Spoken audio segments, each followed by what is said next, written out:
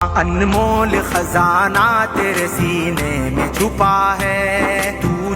الحمدللہ رب العالمین والصلاة والسلام علی سید المرسلین، اما بعد۔ سامعین کرام، فضائل رمضان از شیخ محمد زکریا کاندھلوی رحمۃ اللہ علیہ کے مبارک سلسلے کا یہ تیسرا حصہ ہے۔ اس سے پہلے 2 حصے پیش کیے جا چکے ہیں اور آج ہم اسی مبارک سلسلے کو آگے بڑھاتے ہوئے تیسرے حصے کے فضائل سنتے ہیں۔ عبادات نافلہ۔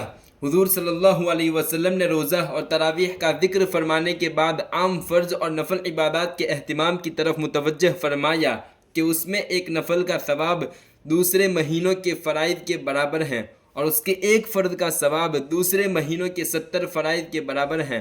اس جگہ ہم لوگوں کو اپنی اپنی عبادات کی طرف بھی ذرا غور کرنے کی ضرورت ہے کہ اس مبارک مہینے میں فرائض کا ہم سے کس قدر اہتمام ہوتا ہے اور نوافل میں کتنا اضافہ ہوتا ہے۔ فرائض میں تو ہمارے اہتمام کی یہ حالت ہے کہ سحر کھانے کے بعد جو سوتے ہیں تو اکثر صبح کی نماز قضا ہو گئی اور کم از کم جماعت تو اکثروں کی فوت ہو ہی جاتی ہے۔ گویا سحر کھانے کا شکریہ ادا کیا کہ اللہ کے سب سے زیادہ محتم بشان فرض کو یا بالکل قضا کر دیا یا کم از کم ناقص کر ہی دیا کہ بغیر جماعت کے نماز پڑھنے کو اہل اصول نے ادائے ناقص فرمایا ہے۔ اور حضور اکرم صلی اللہ علیہ وسلم کا تو ایک جگہ ارشاد ہے کہ مسجد کے قریب رہنے والوں کی تو گویا نماز بغیر مسجد کے ہوتی ہی نہیں ہے۔ مظاہر حق میں لکھا ہے کہ جو شخص بغیر عذر کے بدون جماعت نماز پڑھتا ہے اس کے ذمے سے فرض تو ساقط ہو جاتا ہے مگر اس کو نماز کا ثواب نہیں ملتا۔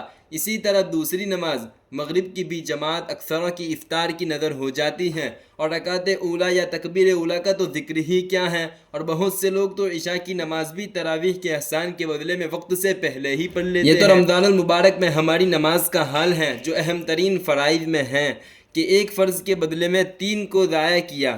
یہ 3 تو اکثر ہیں، ورنہ ظہر کی نماز خیر اللہ کی نظر اور عصر کی جماعت افطاری کا سامان خریدنے کی نظر ہوتے ہوئے آنکھوں سے دیکھا گیا ہے۔ اسی طرح اور فرائض پر اب خود غور فرما لیں کہ کتنا اہتمام رمضان المبارک میں ان کا کیا جاتا ہے، اور جب فرائض کا یہ حال ہے تو نوافل کا کیا پوچھنا۔ اشراق اور چاشت تو رمضان المبارک میں سونے کی نظر ہو ہی جاتے ہیں، اور اوابین کا کیسے اہتمام ہو سکتا ہے جبکہ ابھی روزہ کھولا ہے اور آئندہ تراویح کا سحم ہے اور تہجد کا وقت تو ہے ہی سحر کھانے کا وقت، پھر نوافل کی گنجائش کہاں۔ لیکن یہ سب باتیں بے توجہی اور نہ کرنے کی ہیں۔ تو ہی اگر نہ چاہے تو باتیں ہزار ہیں۔ کتنے اللہ کے بندے ہیں کہ جن کے لیے انہی اوقات میں سب چیزوں کی گنجائش نکل آتی ہے۔ رمضان المبارک میں مولانا خلیل احمد صاحب رحمۃ اللہ علیہ کا معمول۔ میں نے اپنے آقا حضرت مولانا خلیل احمد صاحب نور اللہ مرقدہ کو متعدد رمضانوں میں دیکھا ہے کہ باوجود ضعف اور پیرانہ سالی کے مغرب کے بعد نوافل میں سوا پارہ پڑھنا یا سنانا اور اس کے بعد آدھ گھنٹہ کھانا وغیرہ ضروریات کے بعد ہندوستان کے قیام میں تقریباً 2 سوا 2 گھنٹے تراویح میں خرچ ہوتے تھے، اور مدینہ پاک کے قیام میں تقریباً 3 گھنٹے میں عشاء اور تراویح سے فراغت ہوتی۔ اس کے بعد آپ حسب اختلاف موسم 2-3 گھنٹے آرام فرمانے کے بعد تہجد میں تلاوت فرماتے اور صبح سے نصف گھنٹہ قبل سحر تناول فرماتے۔ اس کے بعد سے صبح کی نماز تک کبھی حفظ تلاوت فرماتے اور کبھی اوراد و وظائف میں مشغول رہتے۔ اسفار یعنی چاندنی میں صبح کی نماز پڑھ کر اشراق تک مراقب رہتے اور اشراق کے بعد تقریباً 1 گھنٹہ آرام فرماتے۔ اس کے بعد سے تقریباً 12 بجے تک اور گرمیوں میں 1 بجے تک بذل المجہود تحریر فرماتے اور ڈاک وغیرہ ملاحظہ فرما کر جواب لکھاتے۔ اس کے بعد ظہر کی نماز تک آرام فرماتے اور ظہر سے عصر تک تلاوت فرماتے۔ عصر سے مغرب تک تسبیح میں مشغول رہتے اور حاضرین سے بات چیت بھی فرماتے۔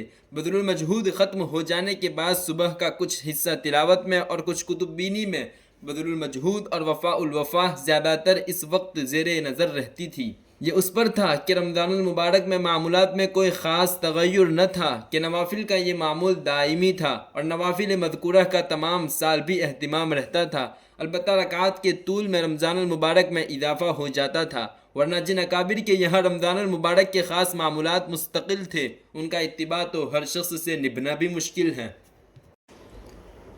تو دوستو، یہیں پر تیسرا حصہ ختم کرتے ہیں۔ اللہ تعالی ہمیں ان مبارک باتوں پر عمل کی توفیق عطا فرمائے۔ انشاءاللہ اس مبارک سلسلے کا اگلا حصہ بھی جلد پیش کیا جائے گا۔ وآخر دعوانا ان الحمدللہ رب العالمین۔